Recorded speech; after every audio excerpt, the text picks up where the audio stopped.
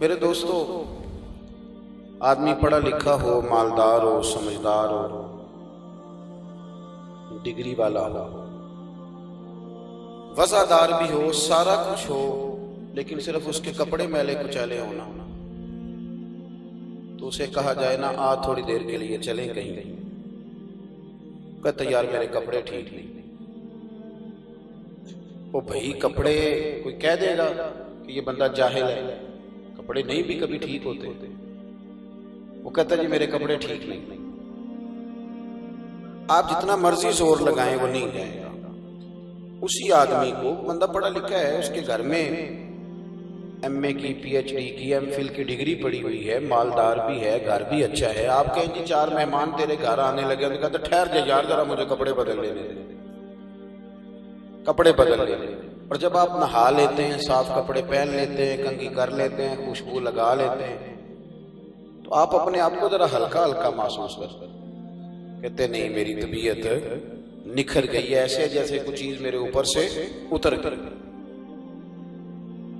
انسان کا وجود میلا ہو تو وہ تھوڑا دقت محسوس کرتا ہے، کپڑے میلے ہوں تو تھوڑا پریشانی میں رہتا ہے، حالانکہ نہ ڈگری ضائع ہوئی ہے، نہ کوئی پیسے لے گیا، نہ کوئی وفاداری لے گیا۔ کسی کا بٹن ٹوٹ جائے نا تو ساری محفل میں اس کی توجہ اپنے بٹن پہ رہتی ہے، کوئی دیکھے نہ دیکھے وہ بڑا پریشان ہوتا ہے کہ اوئے ہوئے میرا بٹن ٹوٹا ہوا ہے۔ میں ٹھیک کہہ رہا ہوں؟ چلے نہ ہی کر رہے ہیں، اگر تو ٹھیک کہہ رہا ہوں تو پھر ہاں کریں، میں صحیح کہہ رہا ہوں۔ ایک نفسیاتی مسئلہ ہے کہ آپ کا بٹن ٹوٹ گیا تو ساری توجہ بٹن پہ رہے۔ انسان سکون نہیں محسوس کرتا جب تک وہ چینج نہ کر لے، کپڑے صاف نہ پہن لے۔ بس اس بات کو آپ نے سمجھنا ہے آج، اگر آپ کے ظاہر پر میل کچیل چڑھ جائے تو آپ کو سکون نہیں ملتا، تو اگر دل پر میل کچیل چڑھ جائے۔ لوگ کہتے ہیں نماز پابندی سے پڑھتا ہوں، وضو ٹھیک کرتا ہوں، اور جو پیر صاحب نے وظیفہ بتایا وہ بھی پڑھتا ہوں، اور آپ نے جو مجھے ورد دیا تھا اس کو بھی میں اچھے طریقے سے پڑھتا ہوں، پر سکون نہیں ملتا، بے قرار، بے چین، پتہ نہیں کیا ہے، میں تکلیف میں ہوں۔ تو میرے بھائی سمجھ لیں کہ اگر آپ کے باطن پر کوئی دھبا لگ گیا ہے، کوئی داغ چڑھ گیا ہے، تو پھر نماز پڑھنے سے بھی، ذکر کرنے سے بھی آپ کو بے سکونی اس لیے محسوس ہوتی ہے کہ اندر دھبا ہے۔ یاد رکھ لیں، قرآن مجید نے کہا کہ یہ جو محبوب تمہیں دیے ہیں یہ اس لیے دیے ہیں کہ آیتیں پڑھتے جائیں گے اور تمہیں صاف کرتے جائیں گے۔ کما ارسلنا فیکم رسولا منکم یتلو علیکم آیاتنا ویزکیکم ویزکیکم ویزکیکم، یہ میرے محبوب تم پر میری آیتیں پڑھیں گے اور تمہیں پاک کر دیں گے، تمہیں پاک کریں گے رسول پاک، تمہارے اندر جو دھبے ہیں، جو میل ہے وہ اتر جائے۔ یہ دھبے کون سے ہیں؟ حسد ایک دھبے کا نام ہے، تکبر ایک دھبا ہے، لالچ ایک دھبا ہے۔ یہ جو حسد ہوتا ہے نا، یہ آدمی کو بے چین رکھتا ہے۔ انسان مانتا نہیں لیکن بے چین اس لیے ہوتا ہے کہ جل رہا ہوتا ہے، اوپر سے بو نہیں آ رہی ہوتی پر اندر سے بو پھوٹ رہی ہوتی، تو وہ جو جلتا ہے نا، اگر آپ ناراض نہ ہوں تو ایک بات کر دوں، رہنے دوں، کسے گالتے تھے ہاں نہ کرو نا، کر دوں ایک بات، نیک لوگ بھی حسد کرتے ہیں، ہو گئے انہیں ناراض، میں تو انہیں پوچھے ایسی کہ نہیں نہ ہو گئے، یہ میں نے کیا کہہ دیا، نیک لوگ بھی۔ اب آپ مجھے گھورنے لگ گئے، جو نیک نیک ہیں وہ گھور رہے ہیں کہ جناب آپ نے یہ کیا کہہ دیا ہے، لیکن میری بات غور سے سنو، میں ترمذی شریف کی حدیث پیش کرنے لگا ہوں۔ نبی پاک صلی اللہ علیہ وسلم نے فرمایا حسد نیکیوں کو اس طرح کھا جاتا ہے جس طرح خشک لکڑی کو آگ کھا جاتا ہے۔ حسد نیکیوں کو، اس کا مطلب ہے کچھ لوگ ہیں جو نیکیاں بھی کرتے رہتے ہیں اور حسد بھی کرتے رہتے ہیں۔ یہ حضور کی حدیث بتاتی ہے کہ بعض نیک لوگ بھی حسد، اب سمجھ آ گئی نا بات؟ عزیز دوست، حسد، آپ نے نماز پڑھی لیکن حسد ہی نہ چھوڑا، روزہ رکھا پر حسد ہی نہ چھوڑا، علم پڑھا پر حسد ہی نہ چھوڑا، وہ آپ کو بے چین کرے گا۔ اور اعلیٰ حضرت بریلوی رحمۃ اللہ علیہ فرماتے ہیں حسد کرنے والا بندے پر اعتراض نہیں کرتا، رب کی تقسیم پر اعتراض کرتا۔ وہ کہتے ہیں اسے کو دیا ہے مجھے دینا چاہیے تھا. اللہ کی تقسیم پر معاذ اللہ. جب آپ میں حسد آتا ہے نا، جب آپ جلتے ہیں پھر آپ بے سکون ہوتے ہیں، بے قرار ہوتے ہیں، پھر آپ اپنی نعمت پر شکر کرنے کی بجائے دوسرے کی نعمت کو حاصل کرنا چاہتے ہیں تو آپ کو تکلیف ہوتی ہے. دیکھیں میرے نبی پاک علیہ السلام نے فرمایا حسد نہ کرو، رشک کرو. کیا کرو؟ اور رب کے خزانے کوئی خالی تو نہیں. عرض کرو مالک اسے دیا ہے تو فضل کرنا مجھے بھی عطا فرما. حسد کرنے کی کیا ضرورت ہے؟ رشک کریں. دیکھیں حضور کس طرح تزکیہ کرتے ہیں. نبی پاک علیہ السلام نے فرمایا دو لوگوں پر رشک کرو. رشک حضور کس پر؟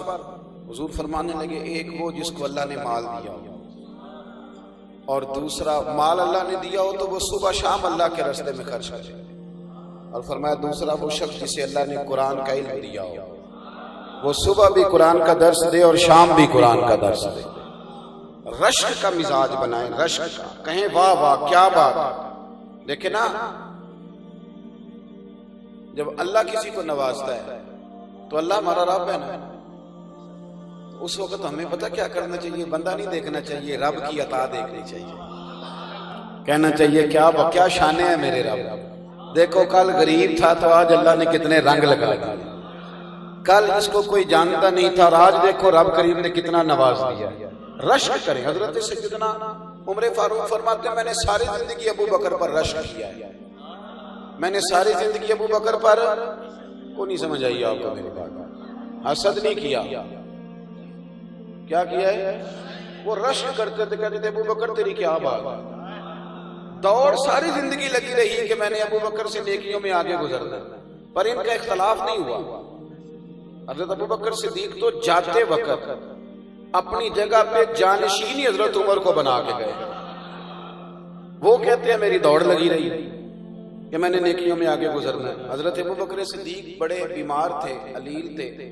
جب آپ نے کہا میرے بعد خلیفہ عمر ہوگا، لوگوں نے کہا حضور وہ تو بڑے سخت آدمی ہیں. تو حضرت ابو بکر فرمانے لگے میں دنیا سے جا رہا ہوں، اس حالت میں جو بڑا جھوٹا ہو وہ بھی سچ بولنے لگتا ہے. فرمایا تم جسے سخت کہہ رہے ہو نا، اگر میرے مالک نے مجھ سے پوچھا کہ ابو بکر تو میرے محبوب کی امت کس کے حوالے کر کے آیا ہے، تو میں اپنے رب کی بارگاہ میں عرض کروں گا مالک جو تیرے محبوب کی امت کو سب سے زیادہ پیار کرنے والا تھا اسے تیرے محبوب کی امت کا سربراہ بنا کے آیا. وہ کہتے ہیں میں نے ساری زندگی رشک کیا ہے جناب صدیق اکبر کا. لیکن نا سال کے بعد 2.5% زکوٰۃ دینی پڑتی ہے. تو جن کو دیا نا اللہ نے وہ بھی 15 مفتیوں سے فتویٰ پوچھتے ہیں کہ شاید کوئی گنجائش دے ہی دے کہ تیرے تھوڑے بڑے فتوے ادھر بھی جائیں گے ادھر گنجائش تلاش کر لیں. اس لیے زیادہ لوگوں سے کبھی کبھی کہہ دیتا ہوں دوستوں سے، میں کہتا ہوں زیادہ مسئلے پوچھتا ہی وہ بندہ جو گنجائش لینا چاہتا ہے. کہتا ہے کہیں سے کوئی رستہ بن جائے نکل جاؤں. 2.5% دینا بڑا مشکل ہے. تو حضرت عمر کہتے ہیں میں تو 50% لے آیا تھا. آپ سمجھے میری بات. جس کے بینک اکاؤنٹ کے اندر 1 کروڑ روپیہ پڑا ہے، آپ اس سے کہنا 50 لاکھ دے اللہ کے راستے میں دیتا ہے، وہ سوال ہی نہیں پیدا ہوتا. حضرت عمر کہتا ہے میں 50 لاکھ لے کے آیا تھا. ہم جب آدھا مال بیان کرتے ہیں تو ہم سمجھتے ہیں شاید کوئی شے ہی نہیں تھی، یعنی آدھا مال کہتے ہیں میں لے کے آیا تھا، پورا 50 لاکھ میں نے پیش کیے. لیکن فرماتے ہیں جب میں نے کہا جب ابو بکر سے آگے نکلنا رشک کر گا. کہتے ہیں ان دنوں حضرت صدیق اکبر کے حالات بھی ذرا کمزور تھے، ویسے بھی قحط پڑا ہوا تھا. تو میں نے کہا آج میں نے جیت جانا ہے. لیکن کیسے جیتوں؟ جب پلٹ کے دیکھا تو ابو بکر کے سر پہ ٹوپی کوئی نہیں، پیروں میں جوتا کوئی نہیں، کرتا اتار کے تو ٹاٹ کا لباس پہن لیا. تینوں لب دیاں آپ گواچے، وہ سارا کچھ اتار کے لے آئے. کہتے میں حضور کی بارگاہ میں حاضر تھا تو جو نبی پاک نے سوال پوچھے نا ہم دونوں سے، سوالوں میں بڑا فرق تھا. سوالوں میں بڑا فرق تھا. حضرت عمر کہتے ہیں مجھ سے حضور نے پوچھا کیا لے کے آئے ہو، میں نے حضور آدھا لے آیا ہوں. سوالوں میں بڑا فرق تھا. پھر غور کریں میری بات، سوالوں میں بڑا فرق تھا. مجھ سے پوچھا کیا لے کے آئے ہو، یا رسول اللہ آدھا لے آیا ہوں. کہتے ہیں قربان جاؤں. مجھ سے پوچھا لے کے کیا آئے ہو، اور ابو بکر صدیق سے فرمانے لگے گھر کیا چھوڑ کے آئے ہو. سوالوں میں ہی بڑا فرق ہے. مجھ سے پوچھا کیا لائے ہو، اور ابو بکر صدیق سے فرمانے لگے گھر چھوڑ کے کیا آئے ہو؟ کہنے لگے ان کا جواب بھی بڑا شاندار تھا، مجھ سے پوچھا کیا لائے ہو تو میں نے کہا حضور 50%، ان کو کہنا چاہیے تھا 100% لے آیا ہوں، لیکن حضور نے پوچھا چھوڑ کے کیا آئے ہو؟ تو دیکھو یہ قابل رشک لوگ ہیں۔ حضرت صدیق اکبر بولے، وہ عرض کرنے لگے حضور میں کوئی لوارث تو نہیں نا، میں کوئی کنگال تو نہیں نا جس کا گھر خالی ہو گیا ہو؟ یا رسول اللہ میں گھر بھرا ہوا چھوڑ کے آیا ہوں، میرے گھر میں خدا بھی ہے اور محمد مصطفیٰ بھی ہے، میں اللہ رسول کو گھر میں چھوڑ کے آیا ہوں۔ اللہ رسول کہتے میں نے رشک کیا ساری زندگی۔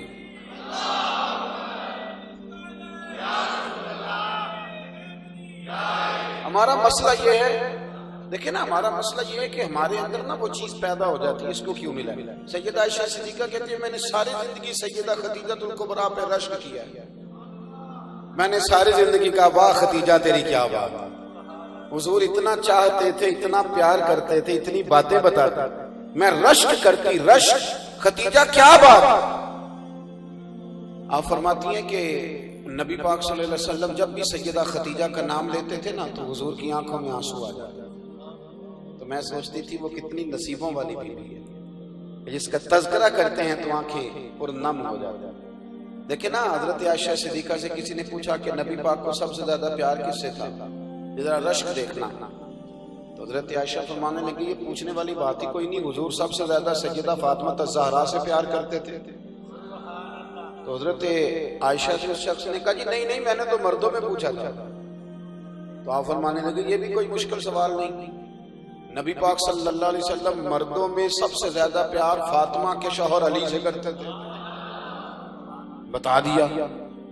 اب مشکات میں دوسری حدیث اسی کتاب میں موجود ہے، کسی نے مولا علی سے پوچھا کہ حضور کو سب سے زیادہ پیارا کون ہے، تو حضرت علی فرمانے لگے پکی بات ہے سیدہ عائشہ صدیقہ، تو بندہ کہنے لگا جی نہیں میں نے تو مردوں میں پوچھا تھا، تو آپ فرمانے لگے یہ بھی کوئی مشکل سوال کوئی نہیں، عائشہ کے والد ابو بکر صدیق وہ کہہ رہے ہیں وہ زیادہ پیارے ہیں، اور یہ کہہ رہے ہیں۔ ایک بزرگ تھے پیر سید فیض الحسن شاہ صاحب عالم مہار شریف والے، بڑے قابل تھے، عالم تھے، درویش تھے، اگر آپ موبائل چھوڑ کے میری بات پہ توجہ کریں تو مجھے زیادہ خوشی ہوگی، اللہ تعالیٰ خیر کرے۔ یہ ویسے جس نے بنائے تھے اس نے لکھا نہیں تھا کہ ہر وقت ہاتھ میں ہی رکھنا، یہ اس نے نہیں کہا تھا، جب ایجاد کرنے والے نے تھوڑی کہا تھا کہ یہ میں نے اس لیے بنایا کہ اس کو ہاتھ میں رکھنا، ہاتھ میں تسبیح رکھا کرے، یہ جیب میں رکھنے کے لیے، جب بجے تو باہر نکالے، مہربانی فرمائے، اللہ کو جزائے خیر عطا فرمائے۔ اب تو نا جی ایک دوست ایک دن بڑا دور کا سفر کر کے آئے اور انہوں نے کئی دفعہ مجھے یہ باور بھی کرایا کہ میں بڑی دور سے آیا ہوں، باور بھی کراتے ہیں تو پیار سے بتاتے ہیں، بتایا میں بڑی دور سے آیا ہوں، لیکن ہر 1.5 منٹ کے بعد جیب سے موبائل نکال لیتے تو میں انہوں نے آکھیا میں کہ دی زیارت کرنی سا جتے گھر ہی کر لینی سی، تو نہ لمبا سفر کرنے کی کیا ضرورت، آپ تو میری زیارت کرنے آئے تھے بقول آپ کے، حالانکہ کوئی زیارت والا یہاں رکھا بھی کوئی نہیں، لیکن موج ہے نا لوگوں، اللہ آپ کو جزائے خیر عطا فرمائے۔ آج تو مجھے شفیق صاحب نے کہا تھا کہ آپ نے لائیو تقریر کرنی ہے لوگوں کے بیچ بیٹھ گئے، مجھے کیا پتا تھا کہ وہاں بھی ریکارڈنگ کرانے جانا ہے، آپ مہربانی کریں، آج تو آمنے سامنے بیٹھے ہیں نا جی، اللہ تعالیٰ آپ کو جزائے خیر عطا فرمائے۔ چلو تھوڑا سا سامنے بیٹھ کے بھی بات، کسی نے کہا تھا کہ اثر کرے نہ کرے سن تو لے میری فریاد، نہیں ہے داد کا طالب یہ بندہ آزاد۔ آپ میری بات میں توجہ کریں گے، سید فیض الحسن شاہ صاحب عالم مہاروی رحمۃ اللہ علیہ، ان سے ایک بندے نے پوچھا کہ حضرت عائشہ صدیقہ افضل ہے کہ سیدہ فاطمہ الزہرا؟ آپ فرمانے لگے تجھے کیا مصیبت بنی ہے اس بحث میں پڑنے کی، جو لوگ بڑے ہوتے ہیں وہ بڑے ہی ہوتے ہیں، جو بڑے ہوتے ہیں وہ کہنے لگا جی آپ عالم کس بات کے ہیں، سوال کا جواب ہی نہیں دے رہے، فرمانے لگے چلو دے دیتے ہیں۔ حضرت پیر صاحب فرمانے لگے کہ عائشہ بیوی ہیں نبی پاک کی اور فاطمہ بیوی ہیں علی پاک، فرمانے لگے یہ جو علی کی بیوی ہیں یہ نبی کی بیوی سے افضل نہیں ہو سکتا، اور پھر فرمانے لگے کہ فاطمہ بیٹی ہیں نبی پاک کی اور عائشہ بیٹی ہیں ابو بکر صدیق کی، تو فرمانے لگے ابو بکر کی بیٹی کبھی بھی نبی پاک کی بیٹی سے افضل نہیں ہو سکتی۔ وہ بندہ کہتا ہے پیر صاحب نتیجہ کی یہ، فرمان لگے گھر جا کے کٹی، میں گل دس چڑی ہے نتیجہ بھائی بڑے لوگ بڑے ہوتے ہیں، بڑے لوگ بڑے ہوتے ہیں تو آپ بڑوں کے تولنے کیوں لگ گئے؟ آپ رشک دیکھیں کتنا ہے، وہ آپس میں رشک کر رہے ہیں، تم کہتے ہیں لڑائیاں کرتے تھے، وہ تو رشک کر رہے ہیں میرے بھائی، رشک دیکھیں نا۔ میرا دل کر رہا ہے آپ کو ایک خاص بات بھی عرض کروں۔ حضرت القول البدیع میں نا امام سخاوی نے لکھا ہے، ان کا ذرا آپس میں رشک دیکھیں کتنا ہے، حسد نہیں رشک۔ یہاں تو پیروں کی کرامتوں پر بھی پوری جناب وہ لڑائی چلتی ہے، پوری لڑائی، میرے پیر صاحب کی زیادہ ہے، وہ کہتا میرے پیر صاحب کی زیادہ ہے۔ وہ خدا کا خوف کریں، پیر کی کرامت نہیں ہوتی، پیر کی استقامت ہوتی ہے، سنت شریعت پر پابندی ہوتی ہے، وہ جتنی زیادہ پابندی کرے اتنا زیادہ باعث کرامت ہے۔ حضرت سیدنا مولا علی شیر خدا فرماتے ہیں، امام سخاوی نے القول البدیع میں لکھا ہے، فرماتے ہیں کہ حضرت عمر کا زمانہ مبارکہ تھا، میرا بڑا ہی دل کر رہا تھا سرکار کی زیارت کرنے، حضور کے وصال کو کافی سال بیت گئے، دل بڑا پریشان تھا، میں درود شریف پڑھتا پڑھتا سو گیا۔ میں نے خواب دیکھی کہ اللہ کے محبوب فجر کی جماعت کرا رہے ہیں، چر ہویا میں اتر لے لیا کدی موڑ میرے ول باگا، جے خواب میری وچ ایک بار جیاویں میں ساری عمر نہ جاگا۔ کہتے ہیں حضور نماز پڑھا رہے تھے فجر کی، دو صورتیں سرکار نے پڑھی پر بڑا ہی مزہ آیا، بڑا ہی مزہ۔ کہتے ہیں نماز مکمل کر کے نا تو سرکار نے صحابہ کی طرف رخ نور کیا تو ایک صحابی کھجوروں کا ٹوکرا لے کے آیا، یا رسول اللہ تازی کھجوریں پکیاں قبول کر۔ حضور نے ایک کھجور اٹھائی، صاف کی، کھائی، باقی ایک ایک صحابہ کو بانٹی۔ حضرت علی کہتے ہیں 15-16 صحابہ کے بعد میرا بھی نمبر لگا، کھجور کھائی، کھجور کا نہیں دست مصطفیٰ کا بڑا مزہ تھا، کہتے ہیں بڑا ہی مزہ آیا۔ ابھی میں کھجور کھا ہی رہا تھا کہ مسجد نبوی میں اذان ہوئی، مولا علی فرماتے ہیں آنکھ کھل گئی، اٹھ میں گیا پر کھجور کا ذائقہ میرے منہ میں ابھی بھی موجود تھا۔ اب اس پر پورا باب بندہ ہے شاہ عبدالحق الہ آبادی نے، وہ کہتے ہیں کہ حضور جس کو خواب میں کوئی چیز دیتے ہیں وہ حقیقت میں بھی اسے دیتے ہیں، وہ خواب میں نہیں ہوتی، وہ حقیقت میں ہوتی ہے، پورا باب ہے۔ بارہ عنوان پہ رہنا چاہتا ہوں۔ حضرت علی فرماتے ہیں میں اٹھا، وضو کیا، سنت پڑھی، مسجد چلا گیا، جا کے صف میں بیٹھ گیا، عمر فاروق آئے جماعت کرانے۔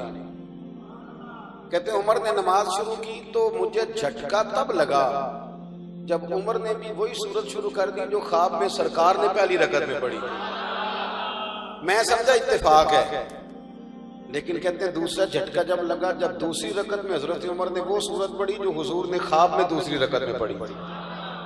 کہتے ہیں میں اب بڑا پریشان ہوں کہ یہ بات کدھر کی کدھر جا رہی ہے۔ مولا علی شیر خدا فرماتے ہیں نماز مکمل ہوئی تو کھجوروں کا ٹوکرا بھی آ گیا۔ فرماتے ہیں اب تو میری حیرت کی حد نہ رہی، حضرت عمر نے کھجور اٹھائی، صاف کی، کھائی، دوسرے صحابی کو، تیسرے کو، چوتھے کو، 15-16 صحابہ کو ملی، مجھے بھی دی۔ کہتے ہیں کھجور کھائی، مزہ بڑا ہے۔ حضور سے تو دوسری مانگنے کو دل کرتا تھا پر مانگی نہیں تھی، ادب تھا۔ عمر سے تو یارانہ تھا نا اپنا۔ ان کا رشک دیکھیں، آپس میں رشک دیکھیں، حسد نہیں رشک۔ فرماتے ہیں یارانہ تھا نا، تو میں نے عمر سے کہا یار ذرا ایک کھجور اور دینا نا ذرا ایک کھجور۔ تو کہتے ہیں جناب عمر فاروق نے کھجور اٹھائی، صاف بھی کی، میں سمجھا ملنے لگی ہے، اٹھائی بھی، صاف بھی کی، اور دوسرے صحابی کی طرف ہاتھ بڑھایا، میری طرف دیکھ کے ہلکا سا مسکرائے، فرمانے لگے علی ایسے نہ کر، اگر رات کو نبی پاک سے دوسری لیتا تو میں بھی سویرے تجھے دوسری دے دے۔ حضور سے دوسری لی نہیں، نبی پاک سے دوسری مانگی نہیں تو میں کیسے دے دوں؟ خواب میری وچ آیا سی ماہی تو میں اودے گل وچ پا لیاں باواں، ڈر دی ماری اکھ بھی نہ کھولا، ڈر دی ماری، میں ڈر دی ماری اکھ، کیونکہ آئی یہ رات وصال دے والی، ربا اے رات مکن نہ دے وی، اے رات مکن نہ دے وی، ڈر دی ماری میں اکھ بھی نہ کھولاں، کتے پھر بچھڑ نہ جاواں۔ میرے رسول پاک کے غلام رشک کرتے تھے، رشک۔ حضرت علی کہتے ہیں میں رویا تو عمر بھی رو پڑے، کہنے لگی علی جو رات تجھے نواز کے گئے وہ میرے اوپر بھی کرم فرما کے گئے۔ رشک کریں، خدا را چھوڑ دیں حسد کرنا، چھوڑ دیں ایک دوسرے سے جلنا۔ اب تو آپ یقین کریں دیندار لوگوں کا، اہل حق لوگوں کا جواب در جواب، جواب ال جواب، اس طرح ہم نے الجھایا ہے چیزوں کو کہ نیا آنے والا آدمی کہتا ہے کہ دین کی اصل بات اصل میں بتا کون رہا ہوں، تو میلہ لگ گیا، کوئی کہانی سنا رہا ہے، کوئی بات کر رہا ہے، کوئی اس کو غلط کہہ رہا ہے، کوئی بندہ ایسا ہے ہی نہیں جو بالکل ٹھیک ہو۔ ہمارے حسد نے اتنی تباہی کر کسی کے حق میں خیر والی بات، جب آپ حسد کریں گے تو بے سکون رہیں گے۔ دوسری بات یہ، بے سکون بندہ پتہ کون رہتا ہے؟ میں نے یہ بھی آیت پڑھی، الا بذکر اللہ تطمئن القلوب، اللہ فرماتے ہیں یاد رکھو، خبردار ہو جاؤ، اللہ کا ذکر کرو گے تو دلوں میں چین ہے۔ پتہ ہے بے سکون کون رہتا ہے؟ جو نتیجہ اپنی مرضی کا مانگتا ہے۔ عقیدہ توحید اسلامی عقائد کی جان ہے۔ جب آپ نے کہا لا الہ الا اللہ محمد الرسول اللہ صلی اللہ علیہ وسلم، اس کا معنی یہ ہے کہ اب میں اپنے آپ کو اپنے اللہ کے حوالے کرتا ہوں۔ اب رب غریبی میں رکھے پھر بھی میں راضی ہوں، بیماری میں رکھے پھر بھی راضی ہوں، صحت میں رکھے پھر بھی، اولاد دے تو پھر بھی راضی ہوں، نہ دے تو سمجھے میری بات۔ یہ توحید ہے۔ ہم نہ ٹھیک ہونا چاہتے ہیں۔ دوست اکثر آ کے کہتے ہیں کوئی وظیفہ بتائیں، طبیعت ٹھیک نہیں رہتی تو انہیں کہتے ہیں سورہ فاتحہ پڑھو، کہتے ہیں بڑی دیر سے پڑھ رہا ہوں پر شفا نہیں ہو رہی، تو میں کہتا ہوں پھر آپ اللہ کی رضا پہ راضی ہو جائیں، پھر اللہ کی رضا پہ راضی رہنا بھی تو سیکھو نا، راضی رہنا بھی تو سیکھو۔ بہت ساری بے سکونی اس بات کی ہے کہ ہم نہ ہم چاہتے ہیں میری مرضی کا سکون ہو، میری مرضی کا گھر ہو، میری مرضی کے بچے ہوں۔ بھئی ایسا نہ کریں، آپ اپنے حق میں اپنے رب کے فیصلوں کو قبول کریں، آپ قبول کریں اپنے مالک کے فیصلے، آپ راضی رہیں۔ ہمارا مسئلہ یہ ہے، بے سکونی کی بنیادی وجہ یہ ہے کہ مان بھی لیا ہے کہ اللہ ہمارا رب ہے، مان لیا ہے، تو پھر یہ بھی ہم مانتے ہیں کہ اللہ علیم بھی ہے اور حکیم بھی ہے، اسے پتہ ہے کس کو کیا دینا ہے اور کب دینا ہے، جانتے ہیں نا وہ۔ بے سکونی کس بات کی ہے؟ بے قراری کس بات کی ہے؟ ایک مجھے دل پہ ہاتھ رکھ کے بات بتانا، جاگے نہیں آپ لوگ، میری بات پر توجہ کریں۔ جو آدمی باہر گن لے کے کھڑا ہوتا ہے مسجد میں، تراویح کے نمازیوں کی نگرانی کر رہا ہوتا ہے، اس کی ضرورت ہوتی ہے کہ نہیں؟ کوئی اہمیت ہے اس کی؟ جو آپ کے فوجی کھڑے ہیں سرحدوں پہ، ان کی ضرورت ہے کہ نہیں؟ ہے نا؟ لیکن آپ پابند کریں کہ یار تجھے نہیں پتا اندر جماعت ہو رہی ہے تو چھوڑ۔ ہم نہ پتہ کیا کرنے لگے، ہم اللہ کے فیصلوں پہ راضی نہیں۔ وہ بندہ پتہ کیا کہتا ہے، کہتا ہے دیکھو کتنا مجبور ہوں، کتنا غریب ہوں، باہر کھڑا ہوں، سرحد پہ کھڑا ہوں، لوگ گھروں میں موجے کر رہے ہیں۔ اسے یہ نہیں پتا کہ نبی پاک صلی اللہ علیہ وسلم نے فرمایا وہ آنکھ جہنم پر حرام ہے، وہ آنکھ جو اللہ کی رضا کے لیے پہرے داری کرتی ہے، لیکن وہ وہاں کھڑا ہے تو بے سکون ہے۔ اسی طرح ہر بندہ جہاں وہ بیٹھا ہے نا، وہ کہتا ہو سب سے مشکل میں ہم اپنی مرضی سے جینا چاہتے ہیں، اس لیے بے سکون ہے۔ اپنے آپ کو اپنے رب کے حوالے کریں، چھوڑ دیں چکر باز۔ بس میں آپ کو ایک بات عرض کروں، بہت ساری کتابوں کے نچوڑ کے طور پر ہمارے بزرگ یہ فرماتے ہیں کہ جب انسان اپنی مرضی کا نتیجہ مانگتا ہے نا تو پاگل ہو جاتا ہے، اور جب سارا کچھ اللہ پہ چھوڑ دیتا ہے نا تو پھر رب فرماتا ہے من یتوکل علی اللہ فہو حسبہ، تو میرے اوپر بھروسہ تو کر، میں تیری دنیا بھی سنوار دوں گا، تیری آخرت بھی بنا دوں گا۔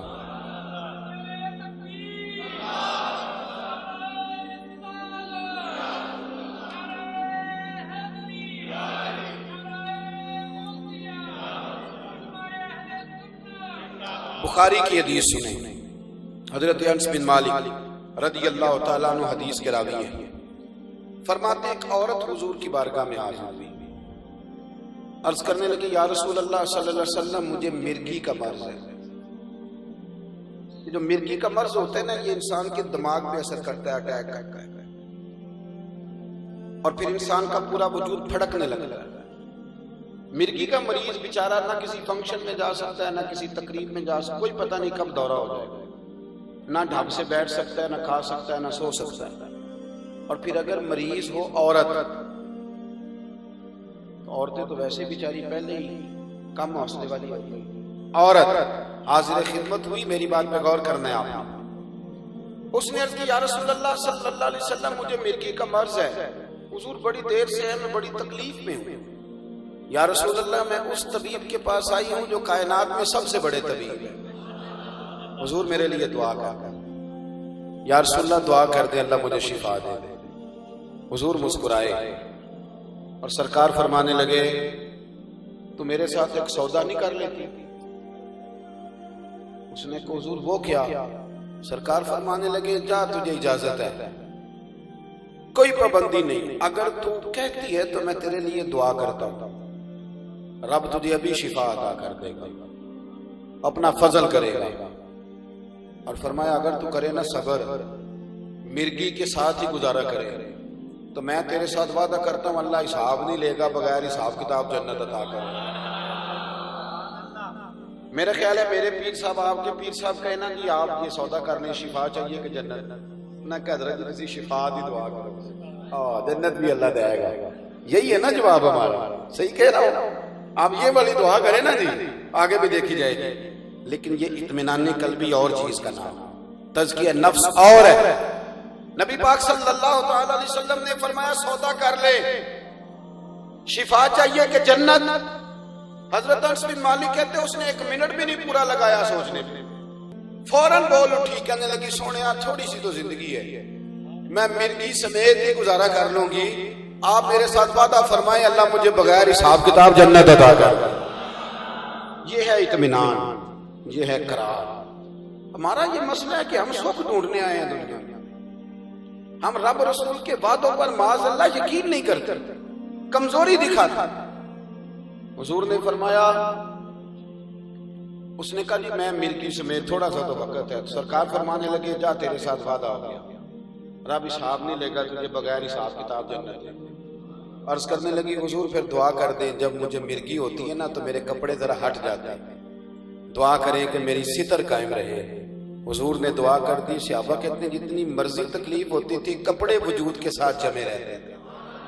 اطمینان۔ حضرت انس بن مالک فرماتے ہیں کہ وہ حضرت عثمان غنی کے زمانے تک موجود رہی وہ خاتون، حضرت عثمان غنی کے زمانے تک۔ فرماتے ہیں جب بھی کوئی مدینے سے باہر سے آتا تھا نا اور کہتا تھا کچھ جنتی دکھاؤ تو ہم اس بوڑھی کے دروازے پہ دستک دیتے تھے اور ہم کہتے تھے اس کی زیارت کرو، یہ وہ نصیبوں والی عورت ہے جسے دنیا میں مدینے والے رسول نے جنت عطا فرمائی۔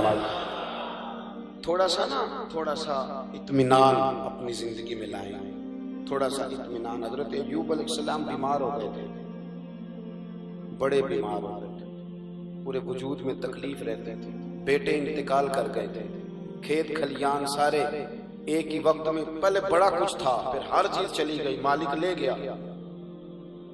16 سال ہو گئے آپ کو بیمار تھے، آپ کتنے سال بول کے بتانا؟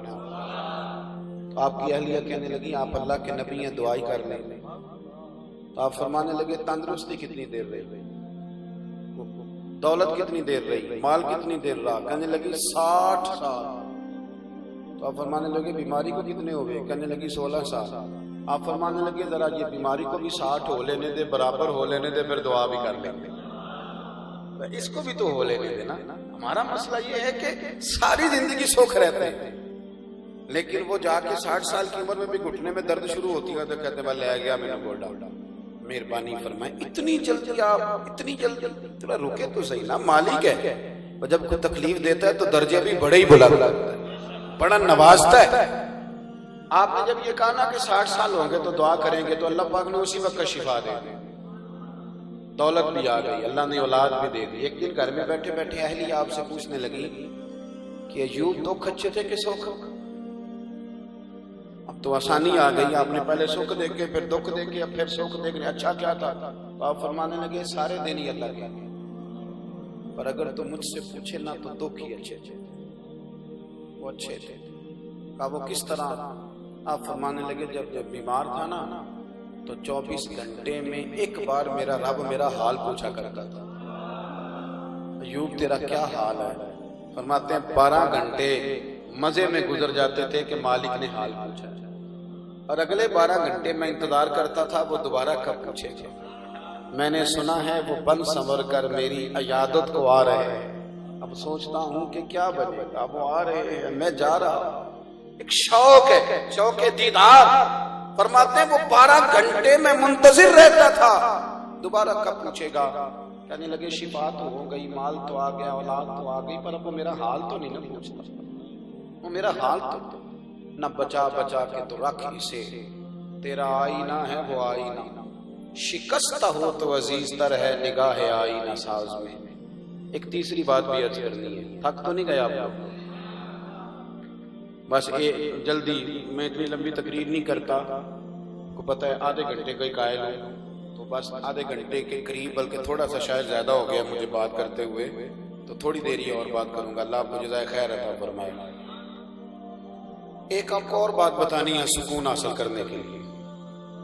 ایک تو حسد چھوڑ دیں، اللہ کی رضا پہ راضی رہیں. اور تیسری بات یہ کہ میں نے آپ سے پہلے اجازت لی ہے کہ آپ نے میرے ساتھ ناراض نہیں ہونا، کیونکہ آپ نے مجھے بلایا ہے بات کرنے کے لیے، تو میں اگر کوئی تکلیف کسی کو پہنچ جائے تو پہلے معذرت کرتا ہوں. اگر سکون لینا چاہتے ہیں نا زندگی میں تو چالاکی کرنے کی کبھی کوشش نہ کریں، کسی کو شیشے میں اتارنے کی کوشش نہ کریں. کنز المال میں حدیث ہے، میرے نبی پاک علیہ السلام نے فرمایا جنت میں کثرت بھولے بھالے لوگوں کی. میں چھوٹا آدمی ہوں، میری اپیل سمجھیں، مجھے یقین کرے اتنے تیز لوگ ملتے ہیں. ہم نے 2-4 کتابیں پڑھی ہیں، دنیا شیشے میں اتارتی تھی، ہمیں شیشی میں اتار لیتے، پتہ ہی نہیں چلتا کیا کر گئے، کہاں بیچ گئے، کیا ہو گیا، کس طرح کا نظام ہو گیا. اس طرح کا عجیب و غریب معمہ ہو جاتا ہے، اس طرح کا عجیب و غریب معمہ ہمیں سال کے بعد پتہ چلتا ہے کہ وہ ہو کسی نے ہمارا ریٹ لے بھی لیا، لے کے گھر بھی چلا گیا، ہمیں پتہ ہی کوئی کیا بن گیا، کدھر معاملہ. خدا رہا یہ چلاکی چھوڑ. اب آپ بہت تیزی دکھاتے ہیں تو اپنے آپ کو تکلیف دیتے ہیں. آپ یقین ہم ہر شے تیزی کے ساتھ کرنا چاہتے، چلاکیاں. آپ یقین کریں گھر میں ماں باپ سے چلاکی، کاروبار میں کاروباری لوگوں سے، تاجروں سے چلاکیاں، بہن بھائیوں، رشتہ داروں، دوستوں سے چلاکیاں. میں کچھ ایسے بیوقوفوں کو جانتا ہوں جو اپنے استاد اور مرشد سے بھی چلاکی کرتے ہیں. ہاں اپنی جان پہ ظلم کرتے ہیں، کبھی ایک نقطہ فیض نہیں پا سکیں گے، سوال ہی پیدا نہیں ہوگا. ان کی بارگاہ سے تو فیض وہ پاتا ہے جو اپنا آپ مٹا کے ان کے قدموں میں پیش کرتا ہے. کبھی بھی یہ چلاک بننا، تیزی دکھانا، کہانیاں سنانا، شیشے میں اتارنا کیا کر لیتے. آپ کو پتہ ہے سیاستدانوں کی عزتیں کیوں قائم نہیں رہتی؟ اللہ ماشاءاللہ سب کی بات نہیں کرتا، کیونکہ چلاکی کرتے ہیں، جھوٹ بولتے ہیں، دعوے کرتے ہیں. چند دن لگتے ہیں وہ شیشہ سارا ٹوٹ جاتا ہے، کوئی شے نہیں پلے رہتا. کبھی بھی تیزی نہ دکھائیں. ترمذی کی حدیث ہے، نبی پاک علیہ السلام نے فرمایا مومن نرم دل ہوتا ہے، سامنے والا اسے بیوقوف سمجھ لیتا ہے تو بیوقوف سمجھ لیتا ہے. اب میں بخاری سے حدیث پیش کرنے لگا ہوں. آپ کہیں گے یہ کس طرح کا عنوان آج شروع کر دیا ہے، پر آپ نے بلایا ہے تو بات تو کر دی ہے نا صاحب. بخاری میں حدیث ہے، ایک شخص حضور کے قریب آیا، سرکار سے کوئی بات کرتا تو حضور مان لیتے. حضور نے اسے وحی لکھنے پہ بھی خدمت پر لگا دیا. بعد وہ ملک شام جا کے مرتد ہو، معاذ اللہ سما معاذ اللہ. وہ کہتا تھا جی میں تو جو انہیں کہتا تھا وہ مان جاتے تھے. وہ کریم تھے، کرم کر رہے تھے. یہ سمجھتے میں تیز ہوں، میں منوا لیتا ہوں، کہانیاں سنا رہا ہوں. کہنے لگا جی یہ بخاری ہے، میں تو نہیں جیسے کہتا تھا وہ مان جاتے تھے. اللہ اکبر. حضور کو لوگوں نے کہا وہ تو یہ کہہ رہا ہے، وہاں جا کے وہ عیسائی ہو گیا. تو اللہ کے رسول فرمانے لگے زمین اسے قبول نہیں کرے گی. زمین کو ماں پتہ کیوں کہتے ہیں؟ جتنا مرضی گناہگار دفن کر دو واپس نہیں کرے. ماں جو ہوتی ہے نا، ماں پتر کو ساری دنیا برا کہے تو وہ نہیں برا کہتے، وہ کہتی میرا تو چاند یہی ہے نا، میرا تو سارا کچھ یہی ہے. زمین کبھی گناہگار کو واپس، کبھی آپ نے دیکھا ہے کہ شرابی کو پھینک دیا وہ زمین نے میں نے نہیں رکھنا لے جاؤ. اس کو ماں اسی لیے کہتے ہیں کہ جس طرح کبھی کوئی ہو قبول کر لیتے. لیکن وہ حضور کا بے ادب چلاکی کرنے والا، تیزیاں دکھانے والا مر گیا، لوگوں نے زمین میں دفن کیا، سویرے اس کی لاش زمین کے باہر پڑی. میں بخاری عرض کر رہا ہوں. لوگ سمجھنے لگے کسی مسلمان نے شاید ایسا کیا. اگلے دن پھر دفن کیا تو لاش پھر باہر پڑی تھی. تیسرے دن پھر دفن کیا تو باہر پڑی تھی. لوگ سمجھ گئے کہ یہ انسان کا نہیں، یہ قدرت کا معاملہ ہے۔ کبھی بھی تیزی نہ، مہربانی فرما، کسی سے تو سچ بولیں۔ عورتیں شکایت کرتی ہیں، وہ کہتی ہیں خامن تھوڑے پیسے دے دے گزارا کر لیں گے، سال کا ایک سوٹ لے کے دے دے گزارا کر لیں گی، پر ہمارے ساتھ سچ تو بولے نا۔ جھوٹ بولتا ہے، جاتا لاہور ہے بتاتا پشاور ہے، جھوٹ بولتے ہیں۔ یہی حال خامن کرتا ہے بیوی سے کہ تو میرے ساتھ سچ تو بول، تو دیانتدار۔ ہم چلاکیاں کرتے ہیں، کہانیاں سناتے ہیں، بڑے بڑی رنگ۔ آپ یقین کریں، میں بہت سارے لوگوں کو جانتا ہوں جو تیزیاں کرتے ہیں۔ بہت سارے سنگی مجھے کہتے ہیں کہ وہ تو چلاکی کر رہا تھا، میں کیا وہ پہ کرتا سنا، انہوں لگا رہے ہیں، لگا رہے۔ ہمیں تو پتہ چل گیا نا کون سی کہانی۔ کبھی بھی زندگی میں تیزی نہ دکھائیں۔ سنیں درویشوں کا طریقہ کیا ہے، رب کے بندوں کا طریقہ کیا۔ حضرت عبداللہ ابن عمر، حضور نے تعریف کی، فرمایا یہ عمر کا بیٹا عبداللہ نیک آدمی۔ حضرت عبداللہ ابن عمر رضی اللہ تعالیٰ عنہ، غلام آپ کے پاس کافی تھے۔ غلام کیونکہ خریدے جاتے تھے تو یہ کچھ عرصہ پہلے کو پوچھتا تھا نا مال کتنا ہے، تو لوگ یہ نہیں کہتے تھے مال کا، جیسے مال ڈنگر کتنا ہے، کیونکہ بھینس اگر کسی کے پاس 4 لاکھ کی ہے اور 4 بھینسیں ہیں تو 16 لاکھ ہے، 5 بھینسیں ہیں تو 20، ایسے ہی ہے نا جی۔ تو یہ مال اسی طرح ہوتا تھا، تو وہ کیونکہ غلام خریدے جاتے تھے، تو اگر سمجھ لیں کسی نے 4 لاکھ کا غلام خریدا، اس کے پاس 5 غلام ہیں تو 20 لاکھ روپیہ۔ لوگ پوچھتے تھے کتنے غلام، کیونکہ لوگ بکتے تھے۔ یہ تو میرے رسول کا کرم ہے کہ سب کو آزادیاں عطا فرما دی۔ حضرت عبداللہ ابن عمر کے پاس کافی سارے غلام تھے، تو جو غلام رات کو تہجد پڑھتا نا، زیادہ نمازیں پڑھتا، اللہ اللہ کرتا، عبداللہ ابن عمر اسے آزاد کر کہتے یار نیک بندہ ہے، اپنے غلام بنائے ہوئے، جا تو آزادی سے اللہ اللہ کر۔ کچھ لوگوں کو پتہ چل گیا، کچھ لوگوں کو پتہ چل گیا، وہ جھوٹ موٹ کی لمبی نمازیں پڑھنے لگے۔ کچھ غلام جھوٹ موٹ کی لمبی نمازیں، وہ بلا وجہ اٹھ جاتے رات، وہ تھوڑی سی نمازیں تیز کرتے، عبداللہ ابن عمر آزاد کر دیتے۔ آپ کے صاحبزادے ایک دن کہنے لگے حضور وہ جو آپ کو دھوکہ دے کے گئے ہیں نا، جاتے ہیں وہ، جا کے بعد میں فرض بھی معاذ اللہ پورے نہیں پڑھتے، یہاں تہجدیں پڑھتے ہیں، آپ کو دھوکہ دیتے ہیں، آپ بھولے آدمی ہیں، آپ دھوکہ کھا جاتے ہیں۔ کیا خوبصورت جملہ ہے۔ حضرت عبداللہ ابن عمر فرمانے لگے یار کوئی مال کے نام پہ دھوکہ کھاتا ہے، کوئی دولت اور شہرت کے نام پہ دھوکہ کھاتا ہے، مجھے تو وہ رب کی عبادت کے نام پہ دھوکہ دیتے ہیں۔ فرمایا جو مجھے میرے رب کے نام پہ دھوکہ دے، میں روز دھوکہ کھانے کو تیار ہوں۔ انہیں کہ 2 دے دھوکے جتنے دینے ہیں، میں دھوکہ کھانے کو اللہ کے نام پہ دے رہے ہیں، تو دیں، صبح دے شام دے، میں دھوکہ کھانے کو تیار ہوں، میں ہوں نا تیار دھوکہ کھانے کو، دے دھوکہ۔ میرے دوست یاد رکھیں، ہماری بڑی تیزیوں نے ہمیں بے سکون کر دیا، چلاکیاں، کہانیاں، سٹوریاں، آپ کسی کو چھیڑ نہیں، اللہ جانتا ہے وہ ایسی ایسی کہانی۔ اور میں تو چونکہ میرا زیادہ پبلک ڈیلنگ ہے، مجھے تو بڑا ہی پڑتا ہے۔ اور ایک دن میرے ایک ساتھی مجھ سے کہنے لگے تھوڑا بڑا ہی حوصلہ ہے، میں کیا حوصلہ نہیں، میری ٹریننگ سمجھ لیتے ہیں، اس لیے کہ اب کس کس کو آپ اللہ تعالیٰ معاف فرمائے، کس کس کو آپ روکیں گے، کس کس کو آپ پکڑیں گے، ایسا نہ ہو تنہا ہی رہ جائے۔ ایسی کہانی لوگ بناتے ہیں، نہ ایسا کریں، تکلیف ہوتی ہے، آپ کے بڑوں کو تکلیف ہوتی ہے، گھر والوں، آپ سادی بات کریں، سچی بات کریں، دیانت کی بات کریں، پرہیزگاری کی بات کریں۔ سچ بول کے نا، جھوٹ بول کے جیتنے سے بہتر ہے سچ بول کے ہار جائے، ہار جاؤ پر سچ بولو، آپ کھری بات، سچی بات کبھی بھی اپنی زندگی۔ دیکھیں نا امام اعظم ابو حنیفہ رحمت اللہ تعالیٰ علیہ کپڑے کے تاجر تھے، تو کپڑے میں کوئی نقص ہوتا تھا نا، تو گاہک جب کپڑا پسند کرنے لگتا تھا تو پہلے بتاتے اس میں یہ نقص ہے، اس میں یہ نقص ہے، اس کو ذرا دھیان سے خریدنا، یہ کپڑا ٹھیک نہیں ہے۔ تو لوگ کہتے ہیں آپ کس طرح کے تاجر ہیں، آپ نقص بتا رہے ہیں؟ تو فرمانے لگے دنیا تو تھوڑی دیر کی ہے نا، میں نے بندے نہیں راضی کرنے، میں نے اپنا رب راضی کرنا۔ نبی پاک صلی اللہ علیہ وسلم کی بارگاہ میں 2 صحابی آئے، ایک کہنے لگا یہ زمین کا ٹکڑا میرا ہے، دوسرا کہنے لگا میرا ہے، وہ بھی دلیل دیتا تھا، یہ بھی دلیل دیتا تھا۔ نبی پاک علیہ السلام نے فرمایا ہو سکتا ہے تم میں سے کوئی زیادہ تیزی دکھائے اور اپنے حق میں فیصلہ کرا لے، لیکن یاد رکھنا یہاں تو فیصلہ کرا لے گا، صبح قیامت مشکل میں آ جائے۔ وہ دونوں ہی چھوڑ گئے، دونوں ہی چھوڑ گئے، تیزی نہ دکھائیں۔ شاہ عبدالعزیز صاحب محدث دہلوی رحمت اللہ تعالی علیہ گزر رہے تھے تو 2 بندے زمین پر لڑائی کر رہے تھے، جھگڑا، ایک کہہ رہا تھا میری ہے، دوسرا کہہ رہا میری ہے۔ بابا جی آپ جا رہے ہیں، آپ ہی کو فیصلہ کر دیں.